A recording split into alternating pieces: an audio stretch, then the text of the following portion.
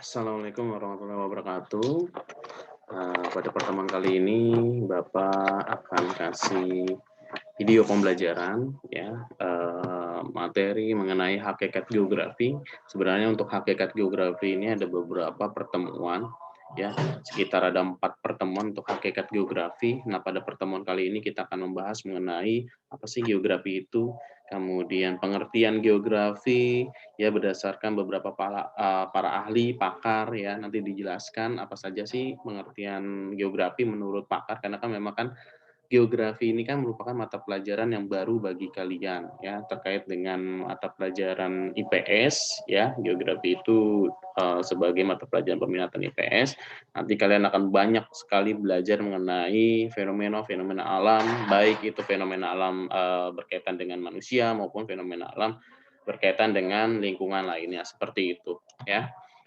Pada pertemuan kali ini ya, tadi Bapak sudah jelaskan sedikit, kita akan belajar mengenai hakikat geografi ya, lebih ke pengertian, kemudian konsep dasar geografi itu sendiri. Jadi nanti akan membahas mengenai 10 konsep dasar geografi. Oke, ya. Bapak akan share screen seperti biasa. Mohon maaf Bapak bisa share video ini karena Bapak nanti akan ada kuliah, jadi tidak bisa berbarengan antara kuliah dengan ngasih materi ajar, makanya Bapak kasih video di YouTube ini. Oke, sebentar langsung. Nah, oke. Nah, nanti Bapak kasih link ya. Kalau nggak salah Bapak juga kasih link juga di Google Sheet. Jadi nanti kita pembelajaran seperti minggu lalu menggunakan Google Classroom, kemudian di Google Classroom itu nanti akan ada materi ya, penugasan dan link Google Sheet itu terkait dengan materi ajar kalian. Nah, dalam pertemuan kali ini ya, di hakikat geografi, di sini ada link, kemudian kalian buka bab 1 ya, karena kita masuk bab 1 hakikat geografi. Apa sih Pak hakikat itu? Hakikat itu merupakan pen eee pengertian dasar hakikat ya. Kemudian, untuk mengenal lebih jauh mengenai geografi, maka dirangkum menjadi hakikat geografi. Di situ ada konsep geografi, pendekatan geografi, ya, dan definisi geografi itu sendiri. Nah, pertemuan kali ini, ya, ini Bapak sudah buat 4 pertemuan, yang terakhir itu ada ulangan, ya, pertemuan 1. Seharusnya minggu lalu kita sudah ada pertemuan, namun ada beberapa hal yang Bapak juga tidak bisa mengajar berbarengan dengan kuliah, kemudian juga kalian juga sibuk dengan kegiatan MPLS ya. Oke, kita masuk saja langsung pertemuan 1. Oke, materi geografi pertemuan 1 sebelum kita bahas, di sini ada kata sedikit ya, motivasi. Ini menurut Walt Disney, cara memulai adalah berhenti berbicara dan mulai melakukan. Jadi, ya, kalian langsung saja melakukan apa yang nanti akan menjadi kewajiban kalian, seperti itu ya. Di sini ada materi geografi pertemuan 1 ya, Bapak akan share screen. Pak. Oke, bab 1 hakikat geografi ya, pengertian dan ruang lingkup geografi. Ya, kita akan bahas mengenai pengertian geografi itu apa sih, kemudian lingkungan geografi itu apa sih. Lanjut. Nah, sini ada sedikit sejarah geografi ya.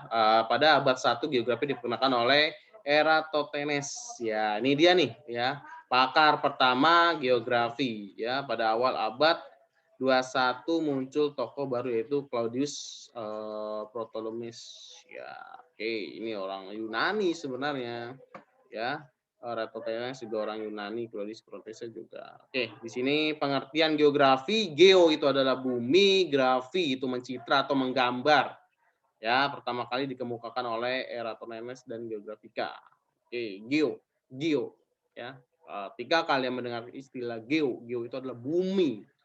Ya, grafi ya, grafik ya, grafi itu adalah penggambaran, pencitraan ya. Jadi kalau dijelaskan geografi secara singkat adalah pengertian yang menggambarkan fenomena atau permukaan bumi ya.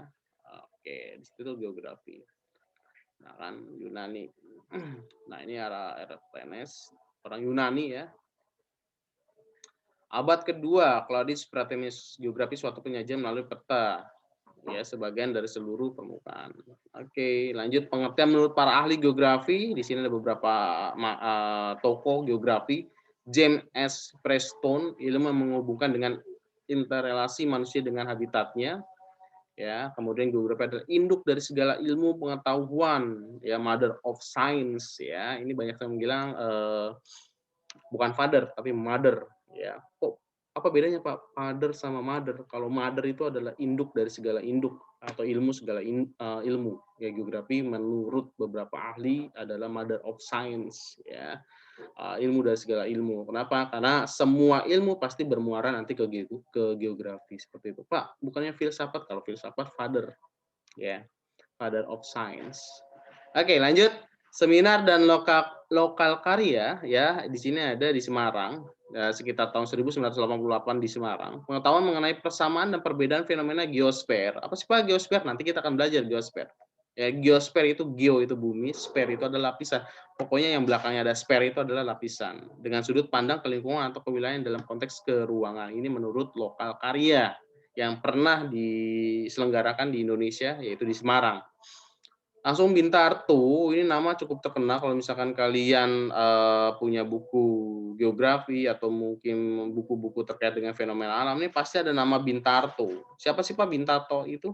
Bintarto adalah bapak geografi Indonesia. Dia yang pencetus dan pakarnya lah, pakar geografi Indonesia itu Bintarto. Menurut Bintarto, hubungan kausal gejala-gejala di permukaan bumi dan peristiwa-peristiwa yang terjadi di permukaan bumi, baik secara fisik maupun yang menyangkut makhluk hidup beserta permasalahannya melalui pendekatan keruangan, ekologi, kepentingan program, proses, keberhasilan pembangunan, itu adalah geografi. Intinya dari Bintarto ini adalah segala peristiwa, baik itu fisik maupun non-fisik yang berkaitan dengan fenomena alam dan manusia adalah geografi, itu Bintarto. Oke. Empat hal yang sangat penting dalam geografi itu ada 4: pencitraan, penjelasan, penganalisan, dan penerapan. Ini yang penting di geografi. Pencitraan itu apa sih Pak? Pencitraan itu adalah penggambaran, ya, penampakan, kemudian penjelasan itu bagaimana kita bisa menjelaskan fenomena geografi, penganalis, penganalisa, kemudian penerapan, ya. Kemudian ada paradigma geografi. Paradigma itu apa sih Pak? Paradigma itu adalah pola pikir. Bagaimana kita memikirkan geografi terhadap lingkungan manusia, bagaimana kita memikirkan geografi terhadap fenomena alam dan sebagainya. Ini paradigma, cara kita berpikir terhadap geografi ya. Jadi banyak sekali masyarakat yang masih awam ya. Salah satunya contoh, wah ini terjadi banjir. Oh itu Allah sudah murka ke wilayah tersebut. Nah seharusnya kita memiliki paradigma geografi ya. Kita mencari tahu ini kenapa terjadi banjir. Kenapa banjirnya kok hanya di bulan Desember saja? Oh ternyata di bulan Desember adalah musim hujan. Oh ternyata kali ini sudah mulai menyempit dan datanglah curah hujan cukup tinggi sehingga menjadi banjir. Seperti itu. Itu paradigma geografi. Menyelesaikan masalah fenomena geografi dengan intelektual, itu paradigma geografi. Oke, lanjut. Kemudian macam-macam paradigma ya. Di sini ada paradigma geografi tradisional ya, itu ada paradigma eksplorasi ya. Eksplorasi itu apa sih Pak? Penemuan baru, mencari segala sesuatu yang berkaitan dengan ilmu ya. Itu paradigma regionalisme. Ada lagi paradigma regional. Region itu berkaitan dengan konsep regional ya. Konsep regional itu apa sih Pak? Wilayah regional itu wilayah. Kemudian ada paradigma environment ya, itu berkaitan dengan lingkungan. Apa sih Pak bedanya regional dengan environmentalis? Ya, kalau regional itu berkaitan dengan konsep regional wilayah saja. Sedangkan kalau environment itu berkaitan dengan apa? Keikutsertaan masyarakat atau manusia terkait dengan fenomena alam tersebut. Contoh misalkan terjadi banjir akibat masyarakat sekitar membuang sampah di sungai tersebut. Ya, itu environment ya, berkaitan dengan lingkungan dan keterkaitan dengan manusia. Sedangkan kalau regional itu hanya gejala alam saja di suatu wilayah tersebut. Lanjut. Kemudian ada paradigma kontemporer ya, ditandai dengan adanya metode analisis keruangan. Lanjut, kemudian ada paham dalam geografi. Ini penting, paham geografi ya. Bapak sebentar.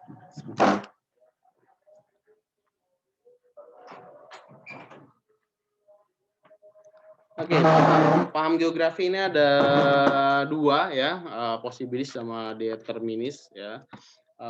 Oke, di sini manusia berlaku ditentukan oleh alam. Oh, oke, manusia diperlakukan oleh alam, tokoh-tokohnya Friedrich Ratzel dan Almas Hans Tinton. Oke, ini paham determinisme ya. Maksudnya apa, Pak?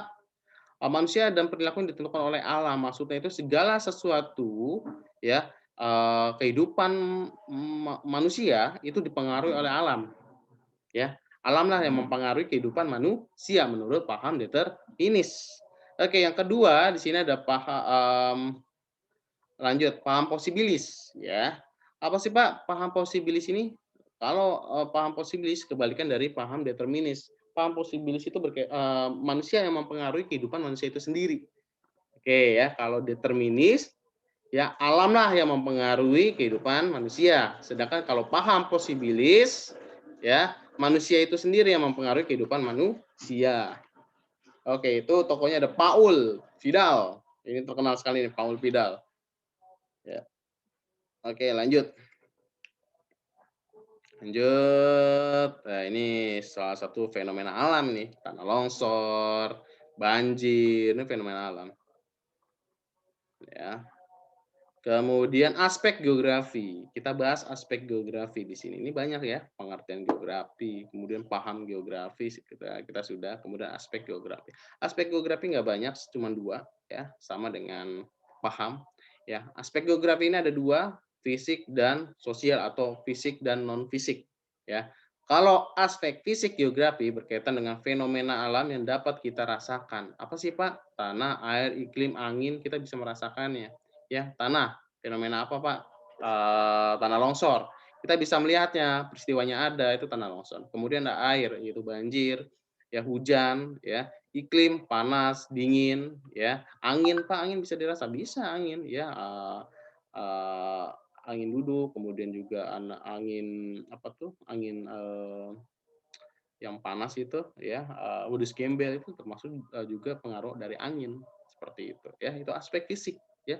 Sedangkan aspek sosial adalah gejala yang dilakukan oleh manusia, ya interaksi sosial ya, sosial, budaya, politik, ekonomi itu aspek sosial ya. Contohnya seperti terjadinya kemacetan itu aspek sosial, kemudian terjadinya kemiskinan itu ekonomi, faktor ekonomi, kemudian ada politik ya, lengsernya kekuasaan, kemudian pergantian kekuasaan, gantinya presiden, itu adalah aspek sosial. Oke, dapat ya, aspek fisik dan aspek sosial.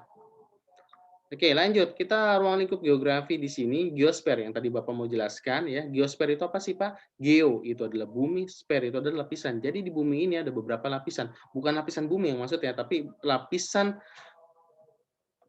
lapisan yang menjelaskan fenomena-fenomena di bumi, yaitu geosfer, ya. Pertama, di sini ada atmosfer. Atmosfer apa sih, Pak? Atmosfer. Fer itu lapisan. Ingat ya, kalau ada sper-spernya itu adalah lapisan. Oke, atmosfer adalah lapisan udara. Ya, lapisan ini ya banyak sekali fenomena yang terjadi di lapisan ini ya, iklim, cuaca, hujan, ya, kemudian meteor jatuh, ya, kemudian pesawat terbang juga ada beberapa lapisan atmosfer yang hanya bisa ditempatkan di situ saja pesawat terbang seperti itu ya. Sedikit kemudian langsung ada hidrosfer. Ya, hidrosfer apa? Hidro itu air, sfer itu adalah lapisan, jadi lapisan air ya berkaitan dengan air-air permukaan, ya bukan laut. Laut tidak masuk hidrosfer. Laut maksudnya oceanosfer. Ya, di sini tidak dijelaskan karena lingkupnya sebenarnya dibedakan hidrosfer dengan oceanosfer ya. Kalau hidrosfer itu berkaitan dengan siklus hujan, kemudian berkaitan dengan air tanah, air darat, seperti itu. Kemudian ada bio, ya, biosfer. Bio itu adalah kehidupan, makhluk hidup, sfer adalah lapisan. Ya, jadi berkaitan dengan dinamika atau penempatan, persebaran, ya, flora fauna, itu biosfer nanti. Antroposfer itu adalah lapisan manusia, ya. Maksudnya apa Pak? Emang manusia punya lapisan. Lapisan antroposfer ini dibahas berkaitan dengan sosial budaya masyarakat, kemudian interaksinya dengan alam, ya, itu antroposfer. Kemudian terakhir litosfer. Litosfer itu berkaitan dengan lapisan tanah, atau lapisan batuan atau bebatuan, lempeng, kerak bumi ini litosfer. Oke, di sini geosfer ya, mengkaji 5 ilmu sekaligus. Lanjut. Ruang lingkup geografi ya. Nah, untuk mengkaji atau untuk membahas fenomena atau permasalahan geografi kita membutuhkan 5W1H ya, what, where, why, how, who ya. Tentang apa yang terjadi di permukaan bumi. Kemudian proses studi semacam ini hakikatnya adalah suatu sintesis. Ya, geografi digunakan untuk mengungkapkan apa yang terjadi, pokok penelaah, di mana adanya, bagaimana, kualitas, mengapa. Ya, itu. Oke, lanjut. Melalui sintesis tersebut dapat mengungkapkan pokok persoalan yang dihadapi, termasuk penyebaran dalam ruang realisasi dengan pokok persoalan yang lain atau hubungan dengan variabel lainnya. Oke, lanjut. Kemudian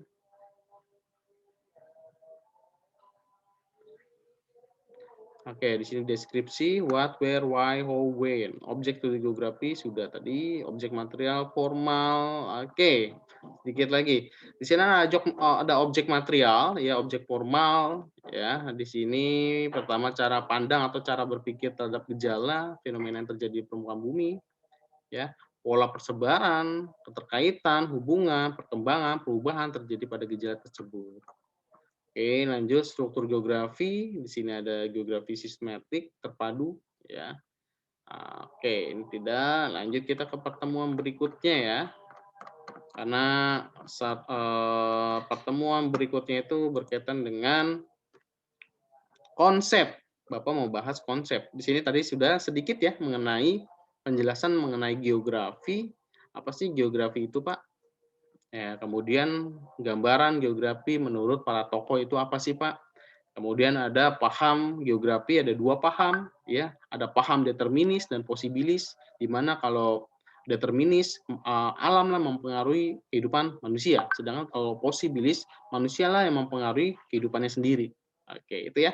Kemudian ada geografi fisik dan geografi non fisik. Kalau geografi fisik itu berkaitan dengan gejala alam yang bisa kita rasakan, sedangkan kalau geografi sosial atau geografi non fisik itu berkaitan dengan fenomena interaksi manusia dengan alam atau manusia itu sendiri, seperti itu. Motivasi hari ini. Oke, kita hari ini berarti mendapat 2 motivasi. Pendidikan hendaknya tidak hanya mengajarkan soal kerja, tetapi mengajarkan tentang kehidupan. Makanya disebut pendidikan, ya. Lanjut. Sini sedikit padat pertemuan kali ini, ya. Kita lanjut bahas mengenai 10 konsep geografi. Jadi di sini kita akan bahas 10 konsep ya. Pak, banyak sekali, Pak. Memang banyak, tetapi sebenarnya ini paling mudah dibandingkan nanti ya, prinsip dan pendekatan. Ini paling mudah ya. Oke, di sini ada 10 konsep, langsung saja. Nah, cara menghafalnya sebenarnya ada singkatannya ya, dan untuk mempermudah kalian untuk menyingkat 10 konsep. Ya, di sini ada jaket Mister Paul di Loakin. Apa sih Pak jaket Mister Paul di Loakin? Ya, ini singkatan. Jaket, jarak. Cat, keterjangkauan. Mister itu morfologi. Paul itu adalah pola. Diferensiasi area. Lokasi. Ya, Loakin. Akin, aglomerasi, kegunaan, interrelasi, dan keterkaitan keruangan. Ini adalah 10 konsep geografi yang kita akan bahas hari ini. Dan maaf ya, jarak terakhir. Oke, lanjut.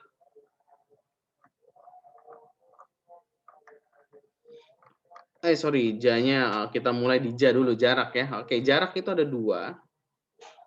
Ya.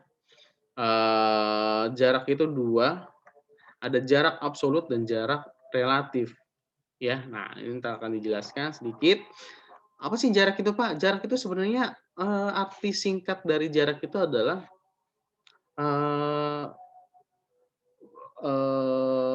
berhubungan dengan lokasi. Ya, misalkan lokasi atau dengan lokasi yang lainnya, itu jarak. Ya, misalkan lokasi A dengan lokasi B, ya, berapa jauhnya, waktu tempuhnya berapa, itu jarak. Ya, untuk menentukan sebuah titik A ke titik B itu jarak. Ya, jadi pengertian jarak itu apa sih, Pak? Jarak adalah sebuah lokasi yang menghubungkan lokasi lainnya, itu jarak. Ya. Oke, lanjut. Kemudian jarak ada dua, jarak absolut dan jarak relatif. Bedanya apa, Pak? Kalau absolut sudah pasti. Misalkan contoh, dari rumah Bapak ke sekolah, jaraknya sekitar 10 kilometer, itu sudah pasti, tidak berubah, karena sudah ada tolak ukurnya, ada nominalnya, itu absolut. Sedangkan kalau jarak relatif adalah jarak tidak sebenarnya. Contoh misalkan, dari rumah Bapak ke sekolah jaraknya jauh, seperti itu. Yaitu jarak relatif, ya. Oke, lanjut. Keterjangkauan. Nah, keterjangkauan ini adalah bagaimana kita menjangkau sebuah lokasi, itu keterjangkauan, pengertian sederhananya. Contoh misalkan dari Jakarta ke Batam dengan pesawat, sedangkan Jakarta ke Bandung dengan tempuh bis. Nah, itu bagaimana kita menjangkau sebuah lokasi tersebut. Contoh misalkan Bapak mau ke Papua, bagaimana cara Bapak menjangkau Papua? Oh, ternyata harus menggunakan helikopter. Ya, kalau misalkan menggunakan penerbangan domestik paling nyampainya di Bali, kemudian transit dan nantinya harus menggunakan helikopter karena memang medannya sulit seperti itu misalkan.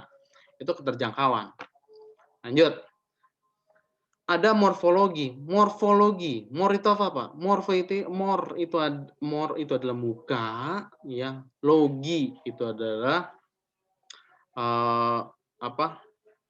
Eh, logi itu adalah logos ya, dari kata logos adalah ilmu. Nah, berarti morfologi adalah ilmu mempelajari muka bumi. Nah, berkaitan dengan muka bumi berarti tinggi rendahnya permukaan bumi, itu morfologi. Contoh misalkan pantai dataran rendah, puncak atau gunung dataran tinggi, itu morfologi. Ya, kemiringan lereng, ya, terjal, landai, ya, itu morfologi. Ya, jadi bentuk muka bumi disebut morfologi. Oke. Langsung ada pol, yaitu pola, ya. Pola itu apa sih, Pak? Pola itu adalah persebaran bentuk, ya. Persebaran geosfer. Contoh misalkan persebaran rumah elit atau rumah pondok indah menyebarnya itu secara rapi, ya, atau mengelompok, ya. Kalau perumahan kan cenderung mengelompok, ya. Kemudian kalau perumahan di dekat jalan cenderung mengikuti jalan polanya. Dan perumahan yang dekat dengan pegunungan atau puncak itu cenderung menyebar. Kenapa kok menyebar, Pak, kalau di pegunungan? Karena dilihat dari media tanahnya dan dilihat dari sumber daya alamnya. Mereka memencar seperti itu. Ini pola ya, berkaitan dengan persebaran bentuk. Lanjut ada diferensiasi area, ya. Diferensiasi itu kan perbedaan. Area itu adalah tempat, ya. Jadi perbedaan tempat, ya. Nah, contohnya misalkan pantai panas, pegunungan dingin, itu diferensiasi area. Bahwasanya menurut diferensiasi area ada perbedaan wilayah dan perbedaan fenomena di masing-masing wilayah, ya. Seperti itu ya. Oke, lanjut. Kemudian ada lokasi, ya. Lokasi itu menentukan sebuah tempat ya. Lokasi itu berkaitan dengan menentukan sebuah tempat. Itu lokasi. Nah, lokasi ada dua, sama dengan jarak. Ada lokasi absolut dan relatif. Sama pengertiannya. Kalau absolut adalah lokasi yang sebenarnya. Nah, sedangkan kalau misalkan di sini dibahas lokasi absolut itu berkaitan dengan titik koordinat. Nah, contoh di Indonesia, 6 derajat lintang utara sampai 11 derajat lintang selatan dan 95 bujur timur sampai 141 bujur tenggara. Ini adalah titik koordinat tidak bisa berubah. Jadi kalau misalkan negara lain melihat titik koordinat ini pasti ujung-ujungnya ke Indonesia. Itu absolut, sudah pasti punya tolak ukur. Ya. Sedangkan kalau relatif, Indonesia ada di mana? Indonesia berada di Bali, itu relatif. Ya, atau tidak sebenarnya. Nah, atau Indonesia di mana? Indonesia berada di tengah-tengah dua samudra dan dua benua. Nah, yang ada di dua samudra dan dua benua bukan Indonesia saja, tapi ada Malaysia, ya ada Timor Leste, kemudian ada Vietnam, Singapura, banyak sekali ya. Nah, lokasi relatif itu cenderung lebih menggambarkan saja, tetapi tidak menjelaskan lebih rinci seperti itu. Lanjut. Kemudian ada aglomerasi. Konsep aglomerasi berkaitan dengan pengelompokan. Contoh misalkan pengelompokan wilayah-wilayah industri berada di wilayah Bekasi atau Tangerang. Ya, itu aglomerasi, mengelompokkan, itu aglomerasi. Contoh lain misalkan, pengelompokan rumah-rumah elit, ya berada di beberapa wilayah Jakarta, salah satunya Pondok Indah, itu pengelompokan, ya. Oke, ya. Oke, lanjut. Kemudian ada kegunaan, ya, kegunaan sebuah wilayah berbeda-beda. Contoh misalkan, contoh kecilnya saja, sekolah dengan masjid. Sekolah kegunaannya untuk apa? Untuk belajar, pendidikan, karakter dan sebagainya. Sedangkan masjid untuk apa? Untuk ibadah. Itu kegunaan sebuah wilayah. Nah, konsep luasnya, contoh misalkan, puncak untuk apa? Oh, puncak buat perkebunan. Pantai untuk apa? Oh, pantai buat tambak. Ya, bahwasanya menurut wilayah, ya menurut kegunaan, setiap wilayah memiliki kegunaan yang berbeda-beda sesuai dengan tempatnya. Itu kegunaan. Kemudian interaksi dan interdependensi. Interaksi itu apa? Interaksi itu berkaitan dengan kegiatan intervensi, ya, bahwasanya hubungan antar wilayah dan satu dengan wilayah yang lainnya. Jadi ada kaitannya, ada hubungannya. Contoh misalkan desa dan kota. Ya, desa membutuhkan tenaga kerja dari kota, sedangkan kota membutuhkan sumber daya alam dari desa. Itu interaksi intervensi, saling membutuhkan, ya, saling membutuhkan. Seperti itu. Lanjut, keterkaitan keuangan, ya.